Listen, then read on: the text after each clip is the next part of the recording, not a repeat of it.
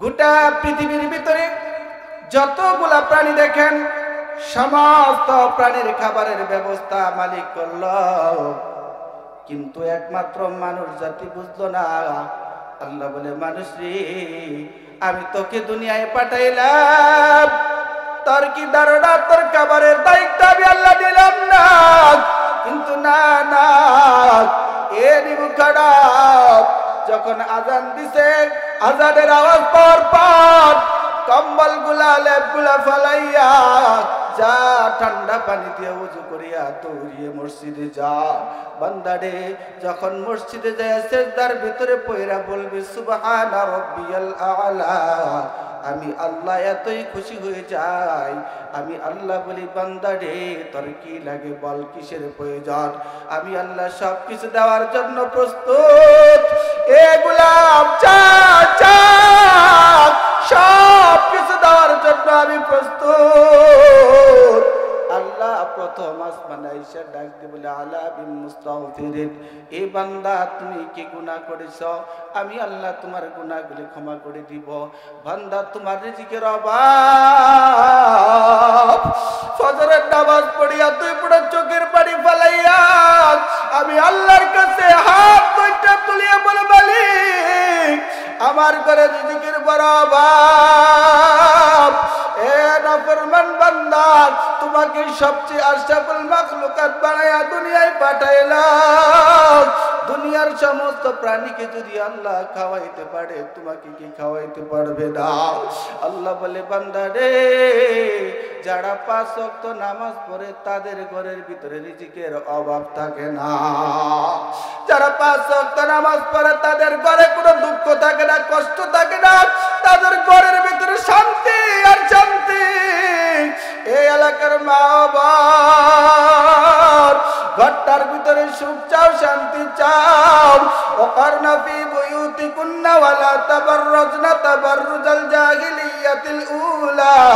আমার আল্লাহ কুরআনুল কারীমে ডাক দিয়ে বলে দিয়েছেন, এই এলাকার মহিলারা, তোমরাও যদি ঘরের ভিতরে শান্তি চাও, সুখ চাও, তোমরা পর্দার ভিতরে ঢুকিয়া যাও। আইয়ামে জাহিলিয়াতের মহিলাদের মতো তোমরা বেপর্দায় বের হইও না। যখন তোমরা বেপর্দায় বের হইবা, বাহিরে যখন ঘোরাফেরা করবা, ঘরের ভিতরে যা দেখবো তোমার স্বামী তোমাকে ভালোবাসে না, তোমার ঘরের ভিতরে সুখ থাকবে না, শান্তি থাকবে না, তোমার সন্তান তোমার কথা শুনবে না। মাগো, আজকের পর থেকে পর্দার ভিতরে ঢুকিয়া যাও, পর্দার ভিতরে ঢুকিয়া যাও। হযরতে ফাতেমা রাদিয়াল্লাহু তাআলা আনহা আল্লাহর পয়গম্বরের কলিজার মেয়ে ছিলেন, সবচেয়ে বড় আদরের মেয়ে, মুহাব্বতের মেয়ে। এই হযরতে ফাতেমা রাদিয়াল্লাহু তাআলা আনহা, তিনি কিন্তু ঘর থেকে বের হন নাই বেপর্দায়। বেপর্দায় কোথাও যান নাই, বেপর্দায় কারোর সাথে দেখাও করেন নাই। এই এলাকার মা ও বোন, তুমি যে বেপর্দায় ঘুরো, তোমার অবস্থাটা কি হবে জানো? আল্লাহ রাব্বুল আলামিন বলেন, এ দুনিয়ার মহিলারা, এই দুনিয়ায় তোমাকে পাঠাইলাম বেপর্দায় যাওয়ার জন্য না। একজন বেপর্দাশালী মহিলা 4 জন পুরুষকে জাহান্নামের ভিতরে নিয়ে যাবে। এই এলাকার যুবক ভাই, এ বৃদ্ধ বাজার, আপনি 5 ওয়াক্ত নামাজ পড়েন, আপনার বিবিটা বেপর্দায় ঘুরে, আপনি জান্নাতে যেতে পারবেন না। আপনি হজ করেছেন, আপনার বিবি, আপনার মেয়ে, আপনার মা, আপনার বোন বেপর্দায় ঘুরে, আপনি জান্নাতে যেতে পারবেন না। এই এলাকার যুবক ভাই, বৃদ্ধ বাজার, ভালো করে আলোচনাটা শুনিয়ে নাও। যার মা পর্দার ভিতরে থাকে না, ওই মা আল্লাহর আদালতে যায় মামলা দিবে, আল্লাহ আমার এই ছেলেটা আমাকে পর্দার কথা বলে নাই। যার বিবি পর্দার ভিতরে থাকে না, তোমার বিবিকে যদি পর্দার ভিতরে কড়াকড়ি ভাবে না রাখো, আল্লাহর আদালতে মামলা দিবে। আল্লাহকে যাই বলবে, আল্লাহ আমার স্বামী আমাকে পর্দার কথা বলে নাই। বোন বলবে, আমার ভাই আমাকে পর্দার কথা বলে নাই। মেয়ে বলবে, আমার বাবা আমাকে পর্দার কথা বলে নাই। এই এলাকার যুবক ভাই, বৃদ্ধ বাজার, হজ করেছে, 5 ওয়াক্ত নামাজ পড়ো, আজকের পর থেকে তওবা পড়িয়া বিবিটাকে বেপর্দায় যাইতে বিবিটাকে তুমি বেপরদায় ছাইরো না রে ভাই। বেপরদায় যদি সারা ঘরের ভিতরে দুঃখ কষ্টের কোনো শেষ থাকে না, হালাল রিজিক থাকে না। হালাল রিজিকের পর অভাব, ওই ঘরটার ভিতরে শয়তানে ওয়াসওয়াসা দেয়, শয়তানে ওয়াসওয়াসা দেয়। এই জন্য আল্লাহর বান্দা, আজকের পর থেকে আপনি রিজিক চান, রিজিক চাবেন আল্লাহর কাছে, কোনো নেতার কাছে না। রিজিক কোনো এমপির কাছে যাবেন না, কোনো ধনী লোকের কাছে না, মেম্বারের কাছে, চেয়ারম্যানের কাছে না। কোন মেম্বার চেয়ারম্যান কিন্তু রিজিক দিতে পারে না। আমার মালিক যদি রিজিক না দেয় রে আল্লাহর বান্দা, আমার আল্লাহ যদি বলে এই লোকটাকে আমি বসায়া বসায়া খাওয়াবো, কেউ তাকে আটকাইতে পারবে না, ঠিক কিনা? এই জন্য যুবক ভাই, বিদ্যা বাজার, ও পর্দার আড়ালের মা, আজকের পর থেকে জান্নাতের বাগানে বর্ষা, তওবা পড়িয়া চোখের দুই ফোঁটা পানি ফালাইয়া মালিকের কাছে কান্না করে বড় মালিক, গুনাহ করতে করতে উহুদ পার পরিবার গুনাহ করে ফেলেছি বাউলা। এই গুনাহ যদি তুমি না মাফ করো, আমার মাফের কোনো দরজা নাই, মাফের কোনো রাস্তা নাই। আল্লাহ কুরআনুল কারীমে কি বলেছেন? ইয়া আইয়ুহাল্লাযীনা আমানু লা তুলহিকুম আমওয়ালুকুম ওয়ালা আওলাদুকুম আন যিকরিল্লাহ। আল্লাহ কি বলেছেন কুরআনুল কারীমে? আল্লাহ বলেন ইয়া আইয়ুহাল্লাযীনা আমানু, ঈমানদারদেরকে ডেকে বলেছেন, হে ঈমানদারেরা, লা তুলহিকুম আমওয়ালুকুম ওয়ালা আওলাদুকুম, তোমরা দুনিয়ার ধন সম্পদের পিছনে পড়ে, সন্তানের পিছনে পড়ে, সন্তানকে অনেক বড় অফিসার বানাইতে হবে, সন্তানের পিছনে পড়িয়া আমি আল্লাহকে ভুলে যাইও না। যদি আমি আল্লাহকে ভুলে যাও, দেখেন আজকে সম্পদ, আমার অনেক বেশি সম্পদ লাগবে, অনেক বাড়িঘর সুন্দর করে সাজাইতে হবে, আমার সন্তানকে অফিসার বানাইতে হবে। এর জন্য সকাল ফজরের আগে উঠা মা বাবা দুজনে মেহনত করছে সন্তানের পিছনে, ঠিক কিনা? একটা আওয়াজ দিয়ে বলেন ঠিক কিনা? আমরা সন্তানের পিছনে, দুনিয়ার সম্পদের পিছনে, সব কিছুর পিছনে মেহনত করতেছি, কিন্তু আমরা আল্লাহর জন্য মেহনত করি না। কিন্তু আল্লাহ যেদিন ধরবেন, সেদিন সম্পদ আর সন্তান কোনো উপকারে আসবে না। আসবে? আসবে না। এই আলোচনা সামনে আসতেছে। সন্তান এবং সম্পদ কোনো উপকার হবে না, আল্লাহ নিজেই কুরআনুল কারীমে স্পষ্ট করে বলে দিয়েছেন। ওগো আল্লাহর বান্দা, আপনি একটু ভালো করে বলেন তো, আপনাকে যে ডান হাতটা দিয়েছে আল্লাহ, একটু আওয়াজ দিয়ে বলেন এই হাতটা কে দিয়েছেন? একটু আল্লাহ দেওয়া জবান দিয়ে বলেন না আল্লাহ। ডান হাতটা যে আমার মালিক আল্লাহ দিলেন, আল্লাহকে কিছু দিয়েছেন, টাকা পয়সা দিয়েছেন? দেন নাই আল্লাহ তাআলা। কোন দরখাস্ত করলাম না, টাকা পয়সাও দিলাম না, মালিক মহব্বত করিয়া আপনাকে আমাকে সুন্দর করে হাত বানিয়ে দিলেন।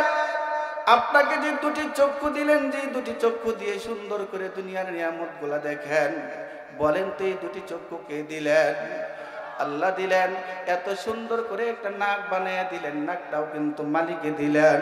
নাকটা বাঁকা করে দিলেন না, কপালটাও বাঁকা করে দিলেন না, চোখ বন্ধ করে দিলেন না, জবানটাও বন্ধ করে দিলেন না। দেখছেন না, অনেক পেবা লোক কথা বলতে পারে না, বুবা লোক কথা বলতে পারে না। তাদের কাছে যেয়ে দেখবেন, তাদের মনের ভাষা আপনাকে বুঝাইতে চাচ্ছে, আপনি আমি বুঝি না। আল্লাহ তাদেরকে বুবা বানাইয়া দিয়েছেন, আপনাকে আমাকে বুবা বানান নাই। আপনাকে আমাকে চক্ষু দুইটা সুন্দর করে দিলেন, অন্ধ বানাইলেন না। এত সুন্দর করে চেহারা দিলেন এই আল্লাহর গোলাম। আল্লাহ বলেন এই দুনিয়ার মানুষ, এ দুনিয়ার গোলামেরা, দুনিয়ার সব কিছু বানাইলাম আমি কুন ফায়াকুন বলিয়া, শুধু অর্ডার দিয়া বানাইলাম, সব কিছু হয়ে গেছে। আমি যা বলি সব কিছু হয়ে যায়। কিন্তু বান্দারে, একটা মানুষকে, একটা জাতিকে আমি আল্লাহ নিজ কুদরতি হাতে বানাইছি। ওই জাতিটার নাম কি? আল্লাহ তাআলা বলেন আমি আজরাইলকে হুকুম করলাম, আজরাইল যাও দুনিয়া থেকে মাটি নিয়ে আসো। দুনিয়া থেকে মাটি নিয়ে যাওয়ার পর এই মাটিটাকে আঠা বানায়া আপনার নাকটা আমার আল্লাহ কুদরতি হাতে বানাইছে, আপনার দুটি চক্ষু আল্লাহ কুদরতি হাতে বানাইছে। কেন বানাইছে রে আল্লাহর বান্দা? এ পর্দার আড়ালের মা বাপ, ভালো করিয়া দিলের কান দিয়ে শুনিয়ালাম, এত সুন্দর করে কপাল বানাইলো, নাক বানাইলো, চক্ষু বানাইলাম, এত সুন্দর করে চেহারাটা বানাইলাম। যেই মালিকে বানাইলো, কেন বানাইলো জানো? এই নাক আর কপাল যখন সিজদার ভিতরে দিয়া সুবহান রাব্বিয়াল আ'লা বলবা, এ বান্দা তোমাকে কেউ প্রতিবন্ধী বলে না। তোমার সারা শরীরটা আমি এত সুন্দর করে অঙ্গ প্রত্যঙ্গ গুলা বানাইয়া দিলাম। কেন বানাইলাম জানো রে বান্দা? তুমি আমার কুদরতি পায়ে সিজদা দিয়া যখন বলবে সুবহান রাব্বিয়াল আ'লা, যখন কান্না করে আমার গুণ গাইবা, আমি ডাক দিয়ে বলবো বান্দারা কি চাও, কি চাও? আমি সব কিছু দেওয়ার জন্য আমি প্রস্তুত রে বান্দা। আমার ভান্ডারে কোনো কিছুর অভাব নাই, কোনো কিছুর অভাব নাই। কেন তুমি মেম্বারের কাছে যাও, কেন চেয়ারম্যানের কাছে যাও, কেন এমপির কাছে, কেন ধনী লোকের কাছে দৌড়াও? তাদের পিছনে যতটুকু সময় দাও, অতটুকু সময় তোমার ঘরের ভিতরে বসিয়া আস্তাগফিরুল্লাহ আস্তাগফিরুল্লাহ পড়া। আমি আল্লাহ কুরআনুল কারীমে বলে দিলাম বান্দা, তোমার কোনো অভাব থাকবে না, কোনো কষ্ট থাকবে না, অসুস্থতাও থাকবে না, তোমার মুখের রুচিটাও কমতি হবে না, তোমার বরকতে কমতি হবে না, রিজিকে কমতি হবে না। সব কিছু দেওয়ার মালিক আমি আল্লাহ। বান্দা তুমি শুধু 5 ওয়াক্ত নামাজ পড়ে আমি আল্লাহর কাছে চাইবা, আমি আল্লাহ তোমাকে দিয়ে দিব। সুবহানাল্লাহ। বিশ্বাস হয় না রে আল্লাহর বান্দা? একটা কথা বলি, একটা ছোট্ট একটা মিসাল দিলেই বুঝবেন। আরে আল্লাহর গোলাম, আমরা কি পরিমাণ গুনাহ করেছি, পাহাড় পরিমাণ গুনাহ কিন্তু আমরা করি নাই। কিন্তু আল্লাহর গোলাম যদি ভালো মন নিয়ে, ইখলাস মন নিয়ে আল্লাহর কাছে তওবা করতে পারো, আল্লাহ বলে বান্দারে আমি আল্লাহ তোমার সব গুনাহগুলি ক্ষমা করিয়া দিব। আল্লাহর বান্দা বিশর ইবনে হাফিজ রাহমাতুল্লাহি আলাইহি একজন যুবক মানুষ। এই যুবক ভাই ভালো করিয়া দিলের কান দিয়ে শোনো, আজ বয়স তোমার 16 বছর, 20 বছর, 25 বছর বয়স। এই বয়সের ভিতরে তুমি ইবাদত না করিয়া শুধু অন্যায় কাজের ভিতরে কাটাইয়া দিলা। কিন্তু তুমি যখন বৃদ্ধ হইবা তখন আফসোস করবা। যখন তোমার শ্বাসটা দুনিয়া থেকে চলিয়া যাব সেদিন তুমি আফসোস করবা।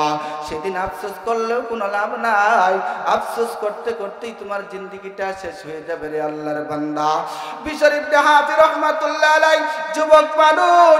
এই ছেলেটা যুবক ছেলে, সে ইয়াবাও খায়, গাঁজাও খায়, মদও খায়, সিগারেটও খায়, বিড়িও খায়, সব কিছুই খায়, নিশা করে মদের আড্ডাখানায় পড়ে থাকে, নারীদেরকে নিয়ে নাচানাচি করে, আনন্দ ফুর্তি করে। একদিন হঠাৎ করে বিশর ইবনে হাফিজ মদের আড্ডাখানা থেকে আনন্দ করে যখন বাড়ির দিকে রওনা দিয়েছে, বাড়িতে চলে যাবে, এরে আল্লাহর গোলাম প্রতিমধ্য দিয়ে যখন হাঁটি হাঁটি পা পা করে বাড়ির দিকে রওনা দিয়েছেন, প্রতিমধ্যে দেখেন একটা কাগজের টুকরা দেখা যায়, যে কাগজের টুকরার ভিতরে আরবি লেখা। এই কাগজের টুকরাটা বিশর ইবনে হাফিজ রাহমাতুল্লাহ আলাইহি ওই কাগজের টুকরাটা উঠাইলেন, উঠানোর পর যখন খুলে দেখলেন আরবি লেখা। আরবি লেখা দেখা সে পড়তে পারে না, সে মূর্খ ছিল। তখন ওই আরবি লেখাটা দেখা তার মনের ভিতরে একটা, অন্তরের ভিতরে একটা কম্পন সৃষ্টি হয়েছে। কি ব্যাপার, কি ব্যাপার? আরবি লেখাটা কেন জমিনের ভিতরে পড়ে রয়েছে? মানুষ পাড়ায় যাচ্ছে, ধুলাবালি করতেছে, ধুলাবালির ভিতরে পড়ে আছে। বিশর ইবনে হাফিজ রাহমাতুল্লাহি আলাইহি যুবক মানুষ আকাম কুকাম করে জীবনটায় বরবাদ করে দিয়েছে। এই লোকটা তখন ওই কাগজের টুকরাটা লইয়া বাড়ির দিকে যায় না রে আল্লাহর গোলাম। একটা গুনাহ তোমার শরীরের ভিতরে থাকবে না, গুনাহ মুক্ত জিন্দেগি কিভাবে বানাইবা? এই বিশর ইবনে হাফিজ রহমাতুল্লাহ আলাইহি এই কাগজটা লইয়া বাজারে চলে গেছে। বাজারে যাইয়া সুন্দর করে একটা আতরের বোতল কিনেছে। আতরের বোতল কিনে আর একটা রুমাল কিনেছে, রেশমি রুমাল, ছোট একটা রুমাল কিনে আতর আর রুমালটা নিয়ে বাড়িতে চলে গেছে। ওই কাগজের টুকরাটাকে যাইয়া ওই রুমালটা দিয়ে সুন্দর করে ধুলাবালিগুলা পরিষ্কার করছে। পরিষ্কার করার পর ওই কাগজের টুকরার ভিতরে আতর এবং খুশবু লাগাইয়া বারবার চুমুকায় আর ডাক দিয়ে বলে, ওগো আল্লাহ, এই কাগজের টুকরাটায় আরবি লেখা, আল্লাহর নাম লেখা ছিল। বারবার চুমুকায় আর বলে, আল্লাহ, জমিনে পড়া ছিল, এই কাগজটা আমি এখন কোথায় রাখবো, কোথায় রাখবো? বিশর ইবনে হাফি রাহমাতুল্লাহি আলাইহি ওই কাগজের টুকরাটা বড় ভালোবেসে মুহাব্বত করে আরবিটাকে মুহাব্বত করিয়া ওই কাগজের টুকরাটা তাকের উপরে রাইখা রাত্রবেলা যখন ঘুমাইতে যায়, যখন গভীর রাত্র হয়ে গেছে, গভীর রাত্রে একজন পাগড়ি পরিহিত, জুব্বা পরিহিত একজন লোক আইসা উপস্থিত হয়ে গেছে। বিশর ইবনে হাফিকে ডাক দিয়ে বলে, বিশর ইবনে হাফি, তোমার কপালটা বড় ভালো, তোমার কপালটা বড় ভালো, তুমি আল্লাহর নামটাকে বড় মহাব্বত করেছো, ভার ভার চুমু খেয়েছ, যে টুটটা দিয়ে চুমু চুমু খেয়েছ, যে জবানটা দিয়ে, যে টুটটা দিয়ে তুমি মালিকের মহাব্বত করেছো, ভালোবাসা অন্তরের ভিতরে জমাইছ। বিশর ইবনে হাফি, আল্লাহ তোমাকে বড় ভালোবেসে নিয়েছে, মহাব্বত করে নিয়েছে, তোমাকে জামানার বড় ওলি বানাইয়া দিয়েছে। এরি আল্লাহর গোলাম, একটু চিন্তা করো, গুনাহ করতে করতে জীবনটাই বরবাদ করে দিলাম, পাহাড় পরিমাণ গুনাহ করে ফেললাম। আল্লাহ তাআলা কুরআনুল কারীমের ভিতরে কি বলেছেন? فَمَن يَعْمَلْ مِثْقَالَ ذَرَّةٍ خَيْرًا يَرَهُ وَمَن يَعْمَلْ مِثْقَالَ ذَرَّةٍ شَرًّا يَرَهُ। যদি কোনো পরিমাণ জাররা পরিমাণ গুনাহ কর, যদি নেক কাজ করো, ভালো কাজ করো, সওয়াবের কাজ করো, অনু পরিমাণ সওয়াবের কাজটাও আল্লাহ কম্পিউটারের ভিতরে লিখে রাখবেন। হাসরের ময়দানে হিসাবের দিন সব কিছু দেখাইয়া দিবেন। এই যে আজকে জান্নাতের বাগানে বসে আমাদের সগীরা গুনাহগুলি ক্ষমা হইতেছে, এটা জান্নাতের সাথে সম্পর্ক। সেদিন আপনি দেখবেন ওই হাসরের ময়দানে কম্পিউটারের ভিতরে লেখা, জান্নাতের বাগানে 2 ঘন্টা 3 ঘন্টা 4 ঘন্টা সময় বসে কোরআন হাদিসের আলোচনা শুনেছিলাম। প্রত্যেকটা মুহূর্ত, সেকেন্ডে সেকেন্ডে আমার সেদিন সওয়াবের খাতায় নাম, সওয়াবের খাতায় সব লেখা হয়ে গেছে, নেক লেখা হয়ে গেছে, সব কিছু সেদিন আমরা দেখতে পারব। ওমাইয়ামাল মিসকালা যাররাতিন শাররা ইয়ারা, যাররা পরিমাণ অনুপরিমাণ যদি কেউ গুনাহ করে, অনুপরিমাণ গুনাহ করলেও মালিকের দরবারে যাইয়া দেখবা কম্পিউটারের ভিতরে সুন্দর করে লেখা হয়ে গেছে। এই গুনার হিসাবটা দিয়া, গুনার বোঝার হিসাবটা দিয়া, তারপরে কিন্তু হিসাব দেওয়ার পর তোমার জান্নাতে যেতে হবে রে আল্লাহর বান্দা। এই দুনিয়ার জিন্দেগিটা তুমি শেষ করে দিলা। বিশর ইবনে হাফি রাহমাতুল্লাহ আলাইহি আল্লাহর নামটাকে বড় মুহাব্বত করেছে, ভালোবেসেছে, পিছনের সব গুনাহগুলি মাফ করিয়া আল্লাহ তাকে জামানার বড় ওলি বানায় দিয়েছে। এই এলাকার যুবক ভাই, বৃদ্ধ বাজার, ও পর্দার আড়ালের মা ও বোনেরা, আজকে জান্নাতের বাগানে বসা চোখের 2 ফোঁটা পানি ফেলাইয়া ইতিপূর্বে গুনাহ করেছি, বেপরদার গুনাহ, বেনামাজির গুনাহ, চুগলখড়ি গীবতের গুনাহ, গুনাহ করতে করতে জীবনটাকে বরবাদ করে দিলাম। আজকে এই জান্নাতের বাগানে তওবা পড়াও। আমার আল্লাহ কুরআনুল কারীমে বলেছেন, ইস্তাগফিরু রাব্বাকুম সুম্মা তুবু ইলাই ইউমাতিউকুম মাতাআন হাসানান ইলা আজালিন মুসাম্মা। এই আল্লাহর বান্দা, আমি কুরআন এবং হাদিস থেকে আলোচনা করব, বাহিরে কোনো আলোচনা করব না। ভালো করে বুঝেন আল্লাহ কি বলেন, ইস্তাগফিরু রাব্বাকুম। এ বান্দা, তুমি আমার উপরে তওবা পড়ো, আমাকে মুহাব্বত করিয়া তওবা পড়ো। পাহাড় পরিবার গুনাহ করেছাও, পাহাড়ের স্তূপ পরিবার গুনাহ করেছাও, পাত্তরে যখন তওবা পড়িয়া চোখের 2 ফোঁটা পানি ফেলাইয়া আমি মালিকের কাছে ক্ষমা চাও। আমি মালিক বড় তোমাকে ভালোবাসি রে বান্দা। আমি চাই আমার নামটা লইয়া তুমি আমার কাছে তওবা পড়ো, আমি আল্লাহ তোমার জীবনের গুনাহগুলি ক্ষমা করে দিই। সুবহানাল্লাহ। আজকে আমরা এখানে যারা আছে তওবা পড়িয়া আমরা গুনাহ মাফ করে বাড়িতে যাব ইনশাআল্লাহ। সকলে বলেন, সকলে গুনাহ মাফ করে যাব তো ইনশাআল্লাহ। আখেরি মোনাজাত করে তওবা পড়ে চোখের পানি ফালাইয়া গুনাহ মাফ করে জান্নাতের মেহমান হইয়া বাড়িতে যাব। সকলে বলেন আমিন। তাহলে যে কথা বলতেছিলাম, আল্লাহ তাআলা কুরআনুল কারীমের ভিতরে বলেন, বান্দা রে যখন তুমি আমার উপরে তওবা পড়ো আমি আল্লাহ বড় খুশি হয়ে যাই। খুশি হইয়া বান্দা রে আমি তোমার সব গুনাহ মাফ করিয়া দেই। এটাই শুধু না, এটাই শুধু না, আমি আল্লাহ মাফ করে দিলাম এখানেই শেষ না। ইমাতি হুকুমাতান হাসানান ইলা আজালিম মুসাম্মা। বান্দারে শুধু মাফ করে শেষ করি না, তোমার জীবনে যা লাগে সব কিছু আমি আল্লাহ দিয়ে দিই। সুবহানাল্লাহ। আল্লাহ যে কোরআনের আয়াতে বলেছে এটা বিশ্বাস হয়? বিশ্বাস হয় তো ইনশাআল্লাহ? কোরআনের আয়াত অবিশ্বাস করলে সে কাফের হয়ে যাবে।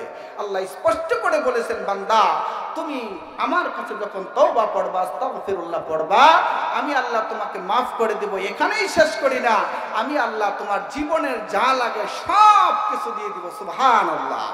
একটু আওয়াজ দিয়ে বলেন না সুবহানাল্লাহ। তাহলে আমরা সকলে আস্তাগফিরুল্লাহ বেশি বেশি পড়বো।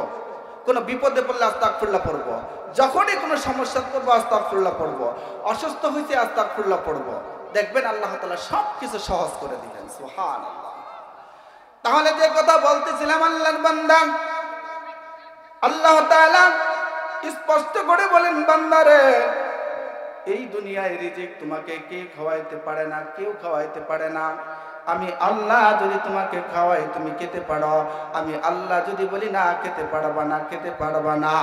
দেখেন না অনেককে ডায়াবেটিসের রোগ দিয়া জামেলাত পালাই দিছে, সামনে খাবার পরে থাকলেও খেতে পারে না, ঠিক কিনা?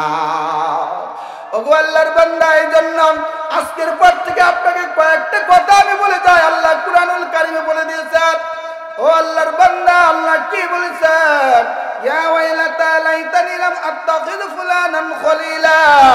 এরে আল্লাহর বান্দা, কেউ যাবেন না, কেউ যাবেন না। আলোচনার সামনে গভীর আলোচনা আসতেছে। আল্লাহ কুরআনুল কারীমে কি বলেছে শুনেন, ইয়া ওয়াইলাতা লাইতানি লাম আত্তাখিযু ফুলানান খলিলা। এই দুনিয়ার বুকে তুমি যাকে বন্ধু বানাইবা, যাকে তুমি বন্ধু বানাইবা, তুমি সম্পর্ক বানাইবা, ওই লোকটা যেন ইমাম সাহেব হয়, ওই লোকটা যেন একজন আলেম হয়, ওই লোকটা আমাদের সভাপতির মতো যেন একজন আলেম হয়, ওই লোকটা যেন 5 ওয়াক্ত নামাজি হয়, ওই লোকটা যেন কোরআন পড়নেওয়ালা হয়। যে সিগারেট খায়, বিড়ি খায়, ওর সাথে যদি সম্পর্ক বানাও তুমি নিজেও সিগারেট করে গাঁজাখোর হয়ে যাবা, ঠিক কিনা? আল্লাহ কুরআনুল কারীমে এটা বলে দিয়েছেন। আয়াত কয়টা বলবো আপনাদের কাছে? আল্লাহ তাআলা কুরআনুল কারীমে কি বলেছেন? ইয়া আইয়ুহাল্লাযীনা আমানুত্তাকুল্লাহা ফাকুনু মা'আস সাদিকিন।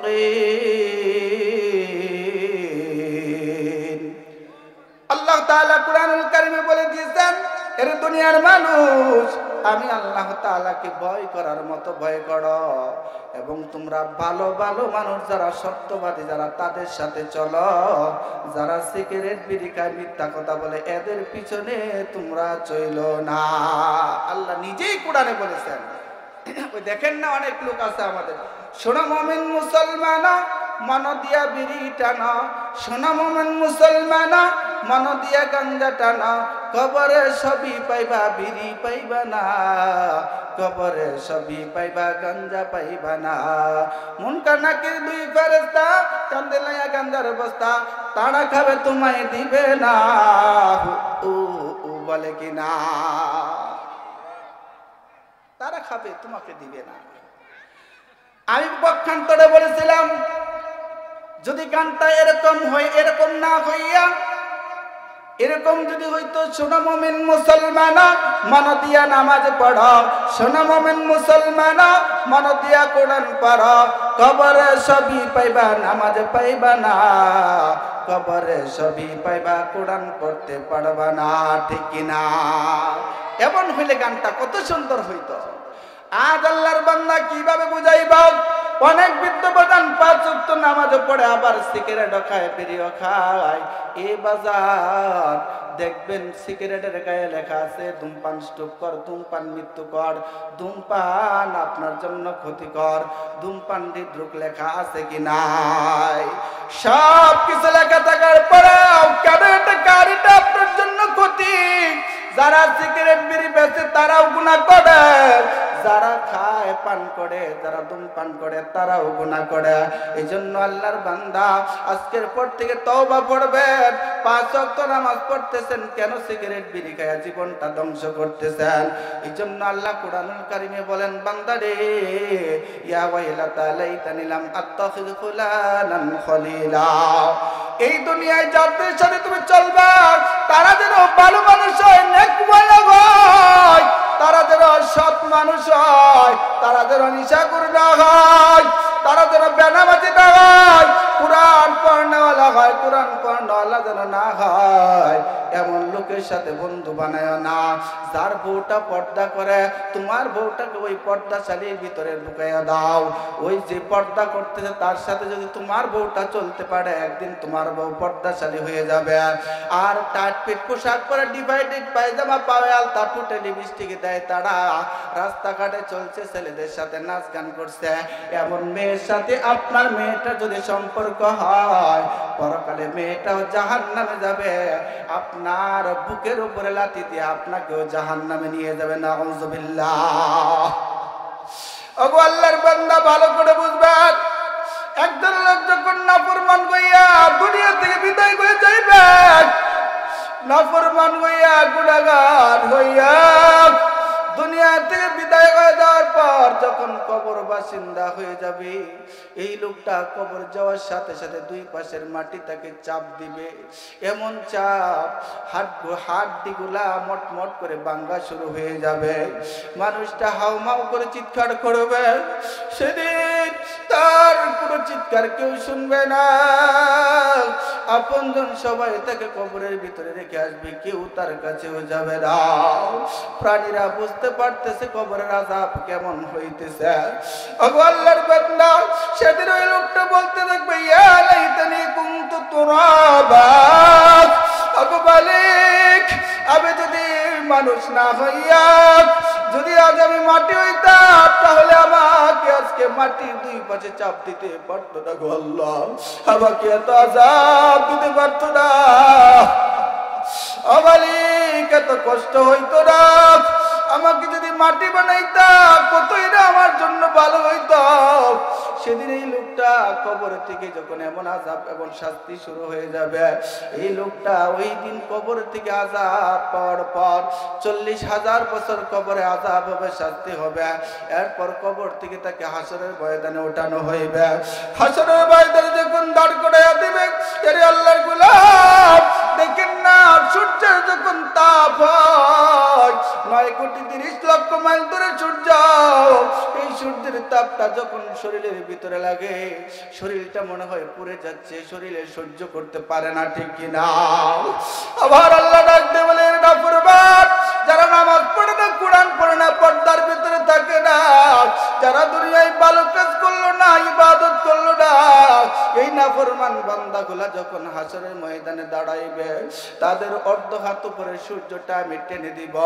আর সূর্যকে বলবে, সূর্য তোমার যত তাপ, তোমার যত তেজ আছে সব কিছু লইয়া হাসরের ময়দানে উপস্থিত হয়ে যাও।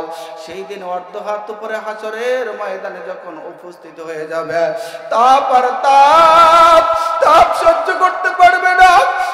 তাপের যন্ত্রণায় মাথার খুলিগুলা সিটটা সিটটা দূরে পড়তে থাকবে, বাতের মাড়ের মতো মগজগুলা টকবক টকবক করতে থাকবে। সেদিন আমি বলি না আল্লাহর বান্দা, সেদিন যে কি একটা অবস্থা হবে, মানুষ শুধু বলতে থাকবে ইয়া নফসি ইয়া নফসি, আল্লাহ আমাকে বাঁচাও আমাকে বাঁচাও। সেদিন তার সন্তানের কথা খেয়াল থাকবে না, সেদিন তার সন্তান তার বাবার কথা খেয়াল থাকবে না। ওগো আল্লাহর গোলাম, সেদিন যদি ধরা খায়া যায়, যাররা পরিমাণ ওই যে শুরুতে আমি বলেছিলাম ফামান ইয়ামাল মিসকালা যাররাতিন খায়রান ইয়ারা ওয়া মান ইয়ামাল মিসকালা যাররাতিন শাররান ইয়ারা, যাররা পরিমাণ গুনার জন্য যদি ধরা খায়া যায়, সেদিন আর মুক্তি পাওয়ার ছাড় পাওয়ার কোনো রাস্তা থাকবে না। ওই লোকগুলা কান্না করিয়া বাবার কাছে যেয়ে বলবে, বাবা ও বাবা, দুনিয়ায় আমাকে কত কষ্ট করে লালন পালন করেছো, কত ভালোবেসেছ, আজ আমি হাসরের ময়দানে ধরা খেয়ে গেছি, বাবা গো আমাকে একটু যাররা পরিবার নেগে দাও, আমি তাহলেই মাপ পাইয়া যাইবে। সেদিন বাবা ডাক দিয়ে বলবে, আমি দুনিয়ায় কোনো বিবাহ করি নাই।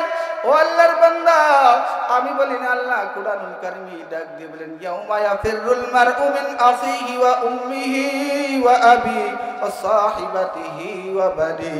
সেদিন আল্লাহ বলেন কুরআনুল কারীমের ভিতরে সন্তান বাবার পরিচয় দিবে না, বাবা সন্তানের পরিচয় দিবে না, মা তার সন্তানের পরিচয় দিবে না, বোন ভাইয়ের পরিচয় দিবে না, ভাই ভাইয়ের পরিচয় দিবে না।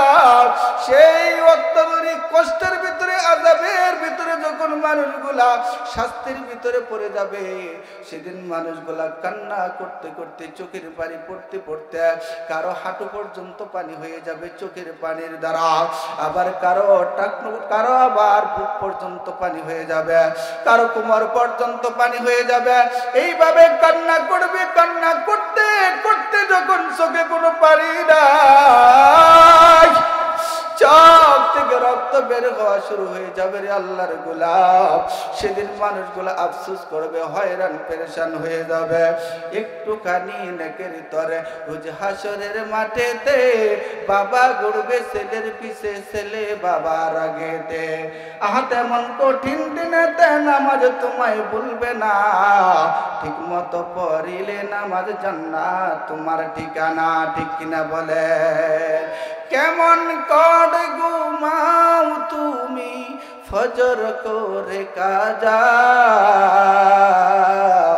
এমন তো হতে পারে জহুরে জানাজা, এমন তো হতে পারে জহুরে জানাজা। মুসলিম হয় না জন্ম নিলে মুসলমানের ঘরে, মুসলিম হয় না জন্ম নিলে মুসলমানের ঘরে, কাফির মুমিন তফাতটা হয় নামাজের উপরে। এ জীবনে সালাত যেন,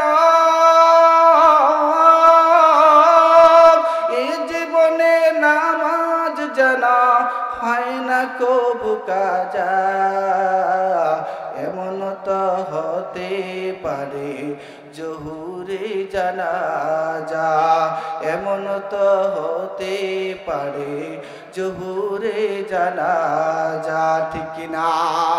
ওগো আল্লাহর বান্দা, যে কথা বলতেছিলাম, হাসরের ময়দানে বাবা তার পরিচয় দিবে না, মা পরিচয় দিবে না, সন্তান পরিচয় দিবে না, সেদিন কি একটা অবস্থা, আমার মানসিক অবস্থা হয়ে যাবে। আল্লাহ কুরআনুল কারীমে বলেন, ওই দিন যখন নাফরমান নামাজ পড়ে নাই, কোরআন পড়ে নাই, দিন শিখে নাই, ইসলামের পথে থাকে নাই, নামাজ যারা পড়ছে তাদের কেউ দেখতে পারে নাই, আলেম ওলামা কেউ দেখতে পারে নাই। ও আম্মা মান উতিয়া কিতাবাহু বিশিমালিহি, ওই নাফরমানদের জন্য বাম হাতে আমলনামা দেওয়া হবে। বাম হাতে যখন আমলনামা পাবে, তখন তারা বলতে থাকবে ফায়াকুলু ইয়া লাইতানি লাম উতা কিতাবিয়া, ওগো আল্লাহ, আমার আমলনামাটা যদি আমাকে না দেওয়া হতো কতই না ভালো হতো। ওয়ালাম আদরি মা হিসাবিয়া, আমার আমলনামাটা যদি না দেখানো হতো কতই না ভালো হতো। ইয়া লাইতাহা কানাতিল কাদিয়া, আল্লাহ গো, আমার যদি মৃত্যুটাই চূড়ান্ত হয়ে যেত, আর যদি জীবিত মতো না হওয়া লাগতো, কতই এরা ভালো হইতো। এই মানুষগুলো আফসোস করবে, পেরেশান। আরে আল্লাহর গোলাম, কুরআনুল কারীমে আল্লাহ কি বলে শোনো। ওই যে শুরুতে বলেছিলাম সম্পদের জন্য, সন্তানের জন্য পাগল, ক্ষমতার জন্য পাগল, আল্লাহ কুরআনুল কারীমে ডাক দিয়ে বলে কি শোনো, মা আগনা আন্নি মালিয়া, মা আগনা আন্নি মালিয়া। সেদিন যখন দুনিয়া থেকে বিদায়, হাত খালি, তখন তার সম্পদ কোনো লাভ নাই, সম্পদ কোনো ফায়দা হবে না। সেদিন বলতে থাকবে আল্লাহ আমার সম্পদ, আমার মাল তো কোনো উপকারে আসলো না। হালাকা আন্নি সুলতানিয়া, মালিক আমি বড় ক্ষমতাশালী ছিলাম, আমার ক্ষমতাও তো সব ধ্বংস হয়ে গেল, ক্ষমতাও তো কোনো ফায়দা এলো না। ওগো মালিক, সব কিছু দুনিয়ায় রেখে আসলাম। সেদিন ওই হাসরের ময়দান থেকে আল্লাহ ডাক দিয়ে বলবে, মালিক ফেরেশতা, ও জাহান্নামের ফেরেশতা, যাও যাও, একদল ফেরেশতাকে লইয়া হাসরের ময়দানে উপস্থিত হয়ে যাও। যাইয়া তাদেরকে খুজুহু শক্ত করিয়া ধরো, কে নামাজ পড়ে নাই ওই লোকটাকে শক্ত করে ধরো, কে কোরআন পড়ে নাই, কে পর্দার ভিতরে থাকে নাই, কে ইসলামকে ভালোবাসে নাই, দিনকে ভালোবাসে নাই, খুজুহু ওই লোকটাকে শক্ত করে ধরো। ফাগুল্লু জাহান্নামের শিকল, আগুনের শিকল দিয়ে তার গলার ভিতরে বেরি পড়াইয়া দাও। আরে আল্লাহর গোলাম, সেই দিন ফাগুল্লু তাদের গলার ভিতরে জাহান্নামের আগুনের বেরি পড়াইয়া দেওয়া হবে। তারা আগুনের বেরি যখন তাদের গলায় পড়ানো হবে, গলার ভিতরে আগুন লাগার সাথে সাথে গলাটা পুড়ে যাবে, তাদের শরীরে জ্বালাময় যন্ত্রণা শুরু হয়ে যাইবে। আর মানুষগুলো কান্না করে বলবে, আল্লাহ গো বাঁচিয়ে দাও, আল্লাহ বাঁচিয়ে দাও। আল্লাহ বলবে, না পরবার, আজ কোনো রক্ষা নাই, আজ কোনো রক্ষা নাই। গলার ভিতরে শিকলটা পড়াইয়া আমরা যেমন গরু এবং বকরিকে টেনে ছেঁচড়াইয়া নিয়ে যায় বন্ধে হাজার দেওয়ার জন্য, এমনি ভাবে আপনাকে আমাকে যখন নাফরমান হয়ে যাইব, হাসরের ময়দান থেকে গলার ভিতরে এমন করে শিকল পড়াইয়া সুম্মা জাহিমা সাল্লু, জাহান্নামের ভিতরে টেনে টেনে ছেঁচড়াইয়া জাহান্নামের ভিতরে নিক্ষেপ করবে।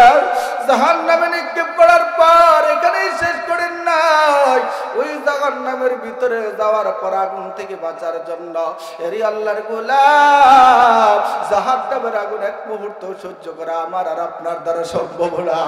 এত জ্বালাময় আগুন, ওই আগুনের ভিতরে পড়ার পর যখন সামনের দিকে দৌড় দিকে বাঁচার জন্য দেখে আগুনের আগুন, আগুন ছাড়া কিছুই নাই, আবার পিছন দিকে দৌড়ে দেয়, পিছনেও দেখে আগুন, ডানে দৌড় ডানেও আগুন, বামেও আগুন, সব জায়গায় আগুন আর আগুন। আল্লাহ ফেরেশতাদেরকে ডাক দিল, ফেরেশতারা তাদেরকে 70 গজ শিকল দিয়ে বেঁধে ফেল। তারা যেন দৌড়াদৌড়ি না করতে পারে, যারা ছোটাছুটি না করতে পারে, শিকল দিয়ে 70 গজ শিকল দিয়ে বেঁধে ফেলবে। এবার যখন ওই জায়গার ভিতরে শুয়ে শুয়ে যখন কান্না করবে, চোখের পানি পালাইবে, আর মালিককে ডাক দিবেন, মালিক আল্লাহ আমাদেরকে বাঁচাইয়া যাও। 40 বছর ডাকবে, আল্লাহ শুনবেন না, আবার 40 বছর ডাকবেন, শুনবেন না। এইভাবে 200 বছর ডাকার পর আমার মালিক ডাক দিয়ে বলবেন, এর নাফরমান জাহান্নামীরা কেন আমাকে ডাকো? তখন ওই লোকগুলা ডাক দিয়ে বলবে, আল্লাহ আমাদেরকে জাহান্নামের আগুনে ফেলাইছো, নামাজ পড়ি নাই, কিবত করেছি, সুদ খাইছি, ঘুষ খাইছি, অন্যায় করেছি, ইসলামের প্রতি তাকি নাই, কোরআনকে ভালোবাসি নাই, জাহান্নামের আগুনে ফেলাইছো। মাওলা গো আর সহ্য করতে পারছি না, আমাদেরকে বাঁচিয়ে দাও। আল্লাহ বলবে, নাফরমান আর তোদেরকে বাঁচানো নাই, জাহান্নামের আগুনে চলবি, এমন ভাবে চলবি তারা জাহান্নামের আগুনে বুঝবি আমার কত কঠিন আগুন। সেদিন বলবে, আল্লাহ এর নাফরমান, আমি আল্লাহকে আর ডাকতে পারবি না। ওই জাহান্নামের ভিতরে ওই লোকগুলাকে বোবা বানাইয়া দিবে। আল্লাহর বান্দা সেদিন ওই লোকগুলা যখন বোবা মানুষ ডাকতে পারে না, শুধু ইশারায় বুঝায় আমার মালিক আর তাদের কথা শুনে নাও।